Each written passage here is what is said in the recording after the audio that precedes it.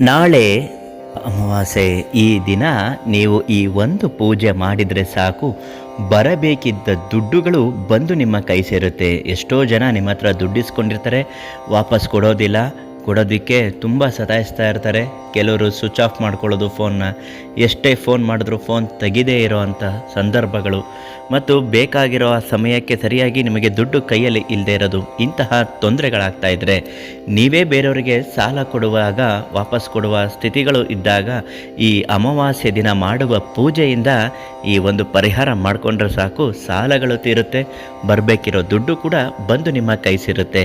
ಅದು ಯಾವ ಪೂಜೆ, ಹೇಗೆ ಮಾಡ್ಕೊಳ್ಬೇಕು ಎಲ್ಲವನ್ನು ಇವತ್ತು ನಿಮಗೆ ತಿಳಿಸ್ಕೊಡ್ತೀನಿ. ನೀವಿನ್ನೂ ನಮ್ಮ ಅದೃಷ್ಟಧಾರೆ ಫೇಸ್ಬುಕ್ ಪೇಜನ್ನು ಫಾಲೋ ಮಾಡ್ತಾ ಇಲ್ಲ ಅಂದರೆ ದಯವಿಟ್ಟು ಒಂದು ಲೈಕ್ ಕೊಟ್ಟು ಫಾಲೋ ಮಾಡಿ. ನಿಮಗೆ ಕಷ್ಟ ಇದ್ದರೆ, ದುಡ್ಡಿನ ಕಷ್ಟ ಇದೆ ಅಂತ ಕಮೆಂಟಲ್ಲಿ ಹಾಕಿ ತಿಳಿಸಿ. ಪ್ರತಿ ಕಮೆಂಟ್ಗೂ ನಿಮಗೆ ಒಳ್ಳೆಯದಾಗಲಿ ಅಂತ ರಿಪ್ಲೈ ಮಾಡ್ತೀವಿ. ದುಡ್ಡು ಕಾಸಿನ ವಿಚಾರದಲ್ಲಿ ಸಮಸ್ಯೆಗಳಾಗ್ತಿದ್ರೆ, ಬರಬೇಕಿರೋ ದುಡ್ಡು ಬಂದು ಕೈ ಸೇರ್ತಿಲ್ಲ ಅನ್ನೋದಾದರೂ ಕೂಡ ನೀವು ಶಿವಾನಂದ ಗುರುಗಳಿಗೆ ಒಂದು ಫೋನ್ ಮಾಡಿ ಸಾಕು. ಅವರು ನಿಮ್ಮ ಎಲ್ಲ ಸಮಸ್ಯೆಗೂ ಪರಿಹಾರವನ್ನು ಕೊಡುವುದರ ಜೊತೆಗೆ ಒಂದು ಯಂತ್ರವನ್ನು ಮಂತ್ರಿಸಿ ನಿಮಗೆ ಕೊಡ್ತಾರೆ. ಖಂಡಿತವಾಗಿಯೂ ನಿಮ್ಮ ಸಮಸ್ಯೆಗೆ ಪರಿಹಾರ ಇವರಲ್ಲಿ ಶಾಶ್ವತವಾಗಿ ಸಿದ್ಧವಾಗಿ ಸಿಗುತ್ತೆ.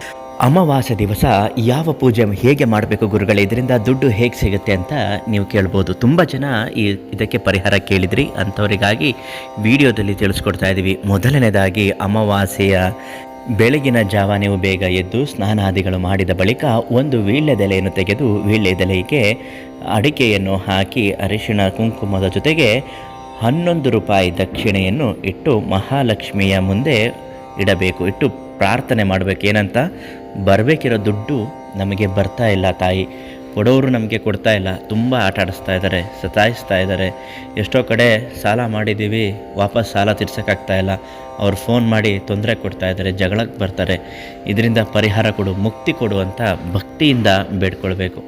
ಹಾಗೂ ಮಹಾಲಕ್ಷ್ಮಿ ಯಂತ್ರವನ್ನು ಮನೆಯಲ್ಲಿ ಪ್ರತಿಷ್ಠಾಪನೆ ಮಾಡಿ ಪ್ರತಿದಿನ ಪೂಜೆ ಮಾಡ್ತಾ ಬಂದರೆ ನಿಮಗೆ ತುಂಬ ಒಳ್ಳೆಯದಾಗುತ್ತೆ. ಆ ಮಹಾಲಕ್ಷ್ಮಿ ಯಂತ್ರ ಯಾವುದು ಅಂತ ಅನ್ನೋದಾದರೆ, ಶಿವಾನಂದ ಗುರುಗಳಿಗೆ ಒಂದು ಫೋನ್ ಮಾಡಿ ಅವರಿಂದ ಆ ಯಂತ್ರವನ್ನು ಕೇಳಿ ಪಡೆದುಕೊಳ್ಳಿ. ಎಷ್ಟೋ ಜನ ಈ ಯಂತ್ರವನ್ನು ಮನೆಯಲ್ಲಿಟ್ಟು ತುಂಬ ದೊಡ್ಡ ಶ್ರೀಮಂತರಾಗಿದ್ದಾರೆ. ಅನೇಕ ಉದಾಹರಣೆಗಳು ಕೂಡ ಇದೆ. ನಿಮಗೂ ಕೂಡ ಒಂದು ಪರೀಕ್ಷೆ ಮಾಡಿ ಅವರಿಂದ ಅದನ್ನು ಕೇಳಿ ಪಡೆದುಕೊಳ್ಳಿ.